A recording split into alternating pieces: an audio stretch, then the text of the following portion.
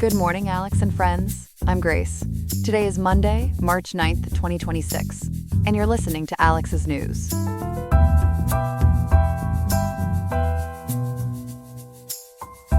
The weather in Riverside will reach a high of 70 degrees today with a low of 52.9 degrees.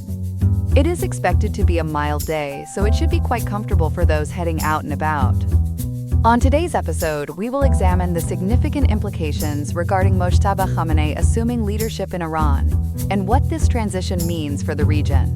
We are also looking into the widespread travel disruptions and chaos unfolding at American airports due to the ongoing government shutdown. In addition to these reports, we will cover other pressing headlines from around the world to keep you informed about what is happening across the globe. All that and more coming up on Alex's News. Stay tuned. Good morning. It is Monday, March 9th, 2026, and we are following a truly historic and volatile situation developing in the Middle East. That is right, Grace. We are watching the most significant transition of power in Iran since the 1979 revolution. It was confirmed just yesterday that Mojtaba Khamenei has been named the nation's third supreme leader, but this did not happen under normal circumstances, did it? Not at all, because this appointment follows the assassination of his father, Ayatollah Ali Khamenei, back on February 28th. How exactly did the elder Khamenei meet his end after ruling for 37 years? According to reports from The Guardian, the 86-year-old leader was killed in a massive joint airstrike by the United States and Israel. Was that strike part of a larger military campaign that is still ongoing today? It was the opening salvo of what the Pentagon is calling Operation Lion's Roar, though some international outlets refer to it as Operation Epic Fury. Beyond the supreme leader, did those initial strikes take out other key members of the Iranian government? Yes, several high-ranking security officials were killed, which created an immediate and dangerous power vacuum in Tehran. Wasn't there already a major hole in the leadership line after that helicopter crash a couple of years ago? You are exactly right, and Al Jazeera reports that the death of President Ibrahim Raisi in May of 2024 had already thrown the succession plan into chaos. So, who was actually in charge of the country between the assassination on February 28th and the announcement yesterday? An interim leadership council was quickly formed on March 1st to keep the ship of state from sinking during the height of the bombardment. Do we know which specific officials were sitting on that council during this past week? National Public Radio reports the council included President Masoud Pezeshkian, Chief Justice Gholam Hossein Mohseni Ajay, and a senior jurist named Alireza Arafi. Why did they feel the need to rush the permanent appointment of Mojtaba Khamenei instead of letting the interim council lead for a few months? While the Constitution allows some time, ABC News reports that the Islamic Revolutionary Guard Corps put immense pressure on the Assembly of Experts to pick a leader immediately. Is the Assembly of Experts still the body that makes the final call on who becomes the supreme leader? They're an 88-member body of vetted clerics, but they could not even meet in person because of the ongoing airstrikes in the capital. If they could not meet in person, how did they actually conduct the vote to confirm Mojtaba as the new leader? They reportedly had to hold secure, remote sessions from various underground bunkers across the country to finalize the decision on March 8th. What do we actually know about Mojtaba Khamenei, since he has spent so many years staying out of the public eye? He is 56 years old and has never held a formal elected office or a senior government position in his life. If he was not in the government, how did he manage to build enough power to take the top spot? The New York Times reports that he exerted massive influence through his father's office by managing secret business networks and cultivating ties with the military. Does he have a reputation for being a reformer, or is he expected to continue his father's hardline policies? He is considered a staunch hardliner and was actually accused of orchestrating the brutal crackdown on the Green Movement protests back in 2009. It seems like his appointment is a massive win for the military leaders in the country, wouldn't you say? It is a total victory for the Revolutionary Guard, who wanted a leader committed to a permanent wartime footing against the West. Aren't people in Iran pointing out the irony of a son succeeding his father in a country that was founded on ending a monarchy? That is the biggest challenge to his legitimacy right now, and Amwaj media notes that many see this as a betrayal of the 1979 revolution. Is there a religious hurdle he has to clear as well, since the supreme leader is usually a very high-ranking cleric? There certainly is, because Mojtaba only holds the rank of Hojjatul Islam, while the leader is traditionally required to be a Grand Ayatollah. Did the Assembly of Experts try to fix that religious credential problem before they announced his name? Reports from the Washington Post indicate that the Assembly tried to essentially promote him to Grand Ayatollah overnight to satisfy the constitutional rules. How are the other senior religious leaders in the holy city of Qom reacting to this sudden promotion? CNN reports there has been a profound silence and quiet dissent from the top clerical establishment, who do not think he has the necessary religious experience. Could someone legally challenge his fitness for the office based on those constitutional requirements? His opponents might try to invoke Article 111 of the Constitution, citing his lack of administrative experience and his junior religious standing. While all of this political maneuvering is happening, what is the status of the actual war on the ground today? It is an existential crisis for the regime, with Operation Lion's Roar reportedly destroying nearly 75% of Iran's fixed missile launchers. Have the United States and Israel been targeting the nuclear sites that have been a source of tension for so long? They have targeted critical nuclear and ballistic missile facilities in places like Parchin and Shahrud to ensure the regime cannot strike back effectively. But Iran did manage to launch a significant counterattack recently, didn't they? They launched Operation Honest Promise 4, which was a massive retaliation involving hundreds of drones and missiles fired across the region. Were any American interests hit during that wave of Iranian missile strikes? There were rocket strikes on a United States diplomatic facility in Baghdad and a military base up in Erbil. What kind of impact are these strikes having on the neighboring countries in the Persian Gulf? An Iranian drone strike on a desalination plant in Bahrain wounded 32 people, and Saudi Arabia has reported casualties from falling debris in the Al-Kharj region. I understand the situation in the water is also becoming very dangerous for global shipping. Iran has officially closed the Strait of Hormuz and has already attacked at least 5 ships in that vital shipping lane. That has to be having a massive impact on the global economy and the price of gas at the pump. It absolutely is, because that closure has choked off 20% of the world's supply of oil and liquefied natural gas. How much have oil prices jumped since the news of the succession and the intensified fighting broke? The Wall Street Journal reports that global oil prices surged by 25%, peaking at $108 per barrel. What has the reaction been from the White House regarding Mojtaba Khamenei taking power? President Trump was very clear about his stance, saying, quote, "The new leader is not going to last long without United States approval," end quote. Is the administration still focused on just stopping the missiles, or has the goal shifted towards something bigger? President Trump has signaled that regime change is now a primary objective, especially as Benjamin Netanyahu vows to continue military operations without mercy. Do Iran's regional allies, like Hezbollah and the Houthis, seem to be standing by the new leader? Both groups have officially pledged their allegiance to Mojtaba, calling his succession a pivotal moment for the Islamic Revolution. Is there any historical precedent for a leader taking over without having those top-tier religious credentials?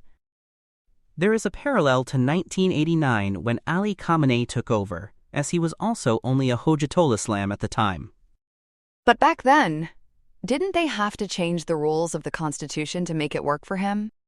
They did, but as NPR points out, the elder Khamenei had at least served as president, whereas Mojtaba has no public track record at all. So as of this morning, March 9th, who is really the one holding the strings of power in Tehran? The Revolutionary Guard remains the ultimate kingmaker, and they are the ones ensuring Mojtaba stays in power while the war rages on.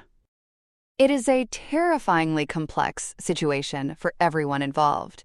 Ethan, thank you for being with us to break all of that down. Good morning, everyone. Today is Monday, March 9th, 2026, and if you have plans to head to the airport this week, you may want to leave your house significantly earlier than usual. The partial government shutdown of the Department of Homeland Security has officially entered its fourth week, and the standoff in Washington is now creating a full-blown crisis for travelers. Joining us now is our reporter Chloe to help make sense of the chaos. Chloe, we are hearing some pretty staggering reports about wait times at security checkpoints this morning. That is right, Grace. What started as a legislative impasse back on February 14th has now transformed into a grueling ordeal for anyone trying to catch a flight. According to reporting from NBC News and CNBC, major travel hubs are seeing shockingly long lines as Transportation Security Administration officers are now forced to work without a paycheck. The most severe disruptions are currently concentrated in the South, but the ripple effects are being felt at almost every major airport across the country. I saw a report that some officials are telling people to arrive nearly half a day early for their flights. Is that actually the case in places like Houston? It really is that bad. Officials at William P. Hobby Airport in Houston have issued an extraordinary recommendation that passengers should arrive 4 to 5 hours before their scheduled departures. The Associated Press reports that security wait times at Hobby peaked between 3 and 3.5 hours just this past weekend. One traveler named Jessica Anderson Alexi described the scene to reporters as, quote, nuts, end quote, noting that when she landed in New Orleans, the security lines were snaking all the way out of the terminal and into the parking garage. It sounds like New Orleans is struggling just as much as Houston is right now. They certainly are, and New Orleans officials are now advising a minimum 3-hour arrival window to deal with the surge. NBC News warns that wait times there have frequently exceeded 2 hours as the staff shortages really begin to take a toll. Other major hubs like Hartsfield-Jackson Atlanta International are also feeling the strain and asking passengers to show up at least 3 hours early. Atlanta was already dealing with 1-hour security lines that were made even worse by some weather-related ground stops earlier in the week. Are the larger international hubs in Texas seeing similar delays, or is this mostly isolated to the smaller regional airports? It is hitting the big ones too, Grace. George Bush Intercontinental in Houston has reported delays of approximately 51 minutes, and they have even had to intermittently close checkpoints in Terminal D because they simply do not have enough people to staff them. Over in North Carolina, Charlotte Douglas International is reporting average wait times of about 47 minutes. CNBC highlights that the timing of this shutdown is particularly damaging because it coincides with a record-breaking spring break travel surge. I can imagine the airline industry is starting to put a lot of pressure on Washington to get this resolved. They are becoming very vocal about the impact on the economy. Chris Sununu, the chief executive officer of Airlines for America, has urged the administration and Congress to reach an immediate deal. He stated that the transportation workforce is, quote, too important to be used as political leverage, end quote. But despite those pleas, the legislative deadlock remains firmly in place because of the events that triggered this whole situation back in January. Right, this all stems back to those 2 fatal shootings involving federal agents in Minneapolis. Can you walk us through how those incidents became the center of this budget fight? It has become the focal point for Democratic demands regarding Department of Homeland Security reform. The first incident happened on January 7th when 37-year-old poet and mother Renee Good was killed by an ICE agent during a mission called Operation Metro Surge. While officials initially claimed the agent acted in self-defense, video evidence later contradicted those claims. NBC News reports that the footage showed the agent was not actually in the path of the vehicle when he opened fire. And then there was a second shooting just a few weeks later involving a nurse, correct? Yes. That was Alex Preddy, a VA intensive care nurse who was killed on January 24th. He was shot by Customs and Border Protection agents while he was participating in a protest against the death of Renee Good. According to reporting from PBS, Preddy was a licensed concealed carry holder, but video suggested he was motionless on the pavement when agents fired approximately 10 shots into him. These 2 deaths have led Democratic lawmakers led by Chuck Schumer to refuse any funding for the department without significant changes to how these agents operate. What specific reforms are they looking for before they agree to sign off on a new budget? Their list of demands is quite extensive and includes a formal code of conduct for all agents. They are also pushing for a total ban on agents wearing masks during operations, mandatory body cameras for everyone in the field, and a requirement for judicial warrants before agents can enter private property. But there is a very strange budgetary paradox at play here that is making the negotiations even more complicated. I was reading about that. It seems like the agencies the Democrats want to reform are actually the ones least affected by the shutdown. How does that work? It all comes down to something called the One Big Beautiful Bill Act of 2025. As reported by CBS News, this act provided a massive cash infusion of between $150 billion and $190 billion for ICE and Customs and Border Protection. That money is available through 2029, which means those specific agencies are largely shutdown-proof and can remain fully operational even without new appropriations. So if the enforcement agents are already funded, who is actually being hurt by the current budget stalemate? It is the people who rely on annual funding, like the TSA, the Coast Guard, and FEMA. Essentially, the shutdown is penalizing travelers and airport security agents as a form of indirect leverage while the agents in Minneapolis are still getting paid. Republican Senate Majority Leader John Thune has argued that the Democratic strategy is ineffective. He said that holding travel hostage does not make sense because the enforcement operations in question are continuing uninterrupted regardless of the shutdown. Where does the Senate stand today as they return to session? They are still at a total standstill, Grace. Just this past Thursday, on March 5th, the Senate failed for a third time to advance a funding bill known as H.R. 7744. They fell short of the 60-vote threshold needed to break a Democratic filibuster. We also saw some major leadership changes last week when President Trump dismissed Department of Homeland Security Secretary Kristi Noem following all that intense criticism over the Minneapolis shootings. And the president has already named a replacement for her, right? He has nominated Senator Markwayne Mullin of Oklahoma to take over the top spot at the department. Senate Majority Leader Thune is pushing for a swift confirmation by March 31st, but NBC News reports that the process might be difficult. The Senate Committee on Homeland Security and Governmental Affairs is chaired by Senator Rand Paul, and he is expected to lead a very rigorous hearing. Some Democrats have suggested that Noem's departure might clear the air for talks, but we have not seen a formal deal yet. Beyond the long lines, how is this affecting other parts of the aviation industry and the programs that frequent travelers rely on? It is creating a massive headache for trusted traveler programs like Global Entry. Customs and Border Protection actually suspended Global Entry arrival processing in late February so they could reassign those officers to general screening duties. At airports like Houston Hobby, dedicated TSA pre-check lanes have been closed due to staff shortages, which means people who paid for expedited screening are being forced into the standard lines with everyone else. This is happening while the industry is already struggling with high fuel prices and the bankruptcy of Spirit Airlines. It sounds like a perfect storm for anyone traveling this month. What is the outlook for the TSA agents themselves?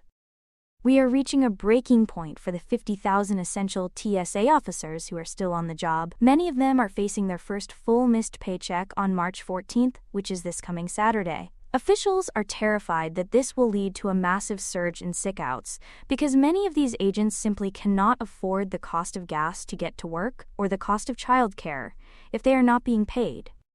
That is a very grim reality for the people keeping our skies safe. Chloe, thank you for that detailed report. We will be checking back with you as the Senate resumes their work today. Thank you, Grace. I will keep a close eye on those negotiations and the wait times as they come in. Here are some other headlines. Kari Lake is finding herself in some deep water after a federal judge decided her leadership was a bit of a sore loser. U.S. District Judge Royce C. Lamberth ruled on March 7, 2026, that Lake's time at the helm of the U.S. Agency for Global Media was, well, unlawful.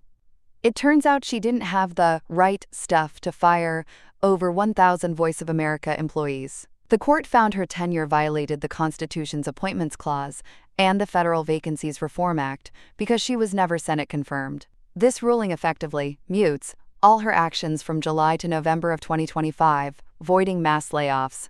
While Lake slammed the decision as activist, plaintiffs led by Patsy Wadakaswara feel this is a sound victory for restoring agency independence. Columbia University is under the microscope for a different kind of delivery failure.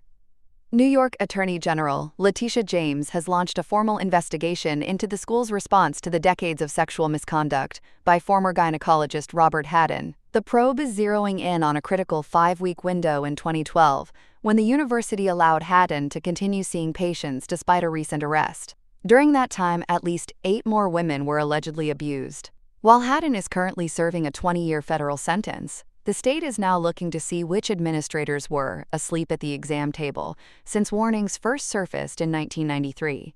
This could lead to a major lawsuit, as survivors have been pushing for institutional accountability for years. Over at the Department of Homeland Security, it looks like Kristi Noem is being sent home, or at least to a different office. President Trump is removing her after a rough week of testimony involving a $220 million ad campaign and immigration enforcement. Noem is being replaced by Senator Mark Wayne Mullen, effective March 31, 2026. Noem isn't completely out of the shield, though. She's taking a new role as special envoy for the Shield of the Americas. Meanwhile, Mullen is looking to make history as the first Native American to lead the department. While some Republicans are pulling for a quick confirmation to end a partial funding lapse, Senator John Fetterman thinks the pick is a nice upgrade. Things are getting crude in the global markets as oil prices are gushing toward $120 a barrel. Brent crude hit an intraday high of $119.50 on March 9th, the highest level since 2022. The surge is fueled by the war between a U.S.-Israeli coalition and Iran, with the Strait of Hormuz acting as a choke point for 20% of the world's supply. G7 finance ministers are meeting for a slick solution. Meanwhile, Asian stock indices have taken a 7% dip, and South Korea has announced its first fuel price cap in 30 years to keep the economy from stalling. Finally, tensions are sinking to new depths. The United States and Iran are sparring over the IRIS Dina, an Iranian frigate sent to the bottom by the USS Charlotte on March 4th. While Iran claims the ship was an unarmed ceremonial guest, Defense Secretary Pete Hegseth called the sinking a prize of the Navy. It is the first time a submarine has torpedoed an enemy vessel since World War II. With 87 sailors confirmed dead, this Operation Epic Fury has left diplomatic relations in choppy waters, especially since 3 Australian personnel were on the American submarine during the strike. That's all we have for now. Today's episode was made by Alexander King with Claude Opus 4.6, Gemini Pro 3.1, Gemini Flash 3, and Google Cloud Text-to-Speech. I hope you have a great day. I'll see you tomorrow, Alex.